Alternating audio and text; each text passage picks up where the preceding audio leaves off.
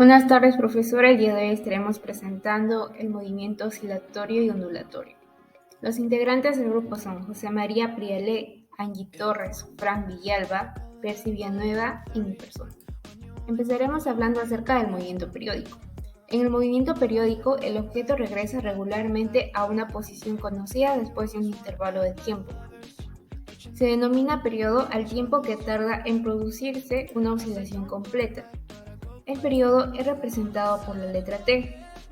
A partir del periodo se define la frecuencia, que es representada por la letra F, y se caracteriza por ser la inversa del periodo.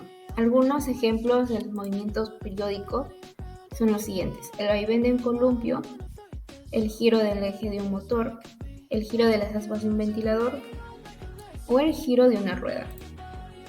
Movimiento oscilatorio. El movimiento oscilatorio nace a partir de la pérdida de equilibrio de un cuerpo. Dicho cuerpo tenderá a recuperar el equilibrio efectuando movimientos oscilatorios alrededor de dicha posición. Los movimientos oscilatorios son relativamente lentos. Cuando las oscilaciones son muy rápidas se denominan vibraciones. Sin embargo, en los movimientos oscilatorios se producen pérdidas de energía debido a las fuerzas disipativas o no conservativas, que amortiguan la vibración. Existen dos tipos de oscilaciones. Las oscilaciones libres se da en el caso si es que no existiesen las fuerzas no conservativas, el cuerpo oscilaría indefinidamente. Las oscilaciones forzadas es cuando actúan fuerzas no conservativas. En este caso se acabará volviendo al reposo en su posición de equilibrio estable. También se conoce como movimiento oscilatorio amortiguado. Como ejemplo se tiene a los columpios, que acabarán parándose en su posición de equilibrio debido a su rozamiento con el aire. Yo hablaré del MAS, que es el movimiento armónico simple. Bueno, el MAS es el modelo más adecuado para el estudio de las oscilaciones periódicas. Hablando matemáticamente, es un movimiento oscilatorio en el que la fuerza resultante actúa sobre un cuerpo proporcional a su desplazamiento, como se puede ver en la imagen, como una fuerza restauradora de un resorte en una superficie que no tiene fricción. Que bueno, eso se entenderá más explicando sus cantidades físicas y más adelante las ecuaciones. Bueno, tiene principalmente seis cantidades físicas, que son oscilación, periodo, frecuencia angular, elongación y amplitud, que les explicaré a continuación. La oscilación, que es el recorrido ida y vuelta, pasa por dos posiciones extremas, también llamadas posiciones de equilibrio. El periodo, que es el tiempo que demora en dar una oscilación completa, se mide en segundos. La frecuencia, que es el tiempo numérico, el tiempo que tarda en dar un número de oscilaciones que el móvil lo realiza en una unidad de tiempo. La frecuencia angular, que es el recorrido angular que realiza el móvil por unidad de tiempo. La unidad de tiempo es el periodo. Bueno, y la elongación, que es el desplazamiento del móvil oscilante respecto a cualquier instante, podría ser lineal o angular. Y la amplitud, que es un tipo de elongación, por decir máxima, también puede ser lineal o angular, y es el desplazamiento de una posición de equilibrio a otro, es decir, del punto de partida al punto final. Bueno, en este caso vamos a hablar sobre la ecuación del movimiento armónico simple. Y te dice que la fuerza restauradora de resorte recibe el nombre de fuerza elástica o restauradora, en la cual es una fuerza que ejerce un muelle que no ha superado su límite de elasticidad y sufre una fuerza que lo deforma temporalmente, en donde describe una partícula sometida a una fuerza restauradora proporcional a su desplazamiento. Esto se genera entonces un movimiento periódico, es decir, que se repite cada cierto intervalo de tiempo, en las cuales podemos hallar con la fórmula la fuerza resultante va a ser igual a menos la constante por X. Bueno, como reemplazamos la definición de la aceleración en la ecuación 4 en 3, sabemos que dos veces la derivada de la posición con respecto al tiempo es igual a menos la velocidad angular por el desplazamiento. Tal solución nos da que la ecuación, la posición respecto al tiempo es igual a la amplitud por el coseno, todo por la frecuencia angular por el tiempo más el faz.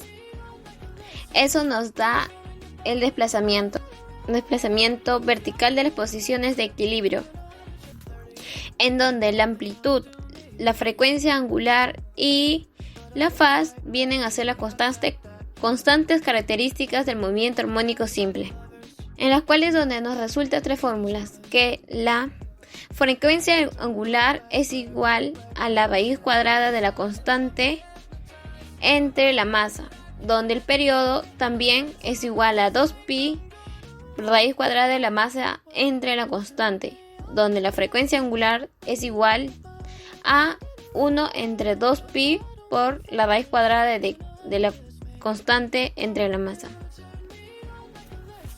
Bueno, ahora hablaremos sobre el péndulo simple, que te dice que consiste en una pequeña masa suspendida del extremo libre de una cuerda ligera de longitud L. Si la masa se desplaza hacia un lado hasta que la cuerda forme un ángulo AM con la velocidad y se deja libre, entonces esta oscilará de un lado al otro, describiendo el ángulo B' de radio OM igual a L, en donde en cualquier posición angular θ, los factores de las fuerzas que actúan sobre la masa perpendicular son su peso, que viene a ser la masa por la gravedad, y la tensión T en la cuerda, en donde la ecuación del movimiento del péndulo simple es similar a la ecuación del más lineal. Por lo tanto, el movimiento pendular de pequeña amplitud es un movimiento armónico simple angular de frecuencia angular, donde la frecuencia angular inicial al cuadrado va a ser igual a la gravedad entre L. Y otra fórmula sería, despejando al cuadrado, sería velocidad angular va a ser igual a la raíz cuadrada de la gravedad entre el radio. Ahora, el periodo también lo podemos hallar como 2pi por la raíz cuadrada de L, que viene a ser el radio, entre la gravedad. Como también sabemos que el periodo es la inversa de la frecuencia. Ahora, la frecuencia es igual a 1 entre 2pi por la raíz cuadrada de la gravedad entre el radio. Una onda es una perturbación que al propagarse transporta energía desde el punto en que se produjo hacia el medio que rodea ese punto. Es decir, que es generada en un sistema que inicialmente estuvo en equilibrio. Se describe con la acción de ida-venida por el movimiento oscilatorio. Pueden propagarse con el vacío, como es el caso de la luz, o también en medio, como son los sólidos, líquidos y gases, como el aire. Estas se clasifican según su naturaleza, como son las ondas mecánicas, o también llamadas materiales. Se generan perturbando las moléculas de un medio físico que retienen un medio elástico para propagarse, con la capacidad de la reversibilidad. En la ida se deforma y en la vuelta se recupera, vibrando al paso de la onda a su estado inicial. Por ejemplo, cuando agitamos una cuerda, o cuando soltamos un objeto e incluso una gota de agua en un recipiente del mismo. Luego tenemos a las ondas electromagnéticas, que son aquellas que no requieren de un medio material para propagarse. Incluye entre ellos los rayos X, la luz, las ondas de radio, televisión y telefonía. Estas se propagan mediante una oscilación de campos eléctricos y magnéticos. Y por último, se pueden clasificar según su dirección de propagación. Tenemos a las ondas transversales periódicas. ¿Y qué es una onda transversal? Bueno, es cuando el movimiento de las partículas es perpendicular o transversal a la dirección de la velocidad, es decir, propagación de la onda. Mientras que las ondas longitudinales periódicas son un tipo de ondas en donde su movimiento de oscilación de partículas del medio es paralelo a la dirección de propagación de la onda. También son llamados como ondas de presión u ondas de copresión. Se pueden propagar en medios de fluidos como el agua y el aire. Características y elementos de las ondas. En esta representación de movimiento ondulatorio tenemos una línea de equilibrio. A partir de esta línea podemos analizar. En primer lugar, tenemos la amplitud, que es la distancia que se puede medir desde la línea de equilibrio hasta la parte más alta de la onda.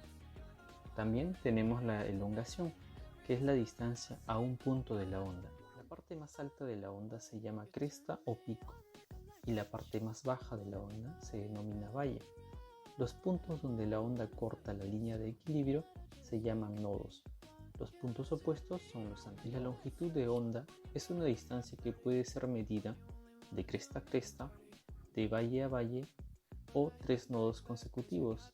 Se simboliza por la letra lambda y sus unidades son metros. Un ciclo es una oscilación completa. Por ejemplo, la curva que se encuentra entre 2 crestas o 2 valles. La frecuencia es el número de veces por segundo en el cual se realiza un ciclo.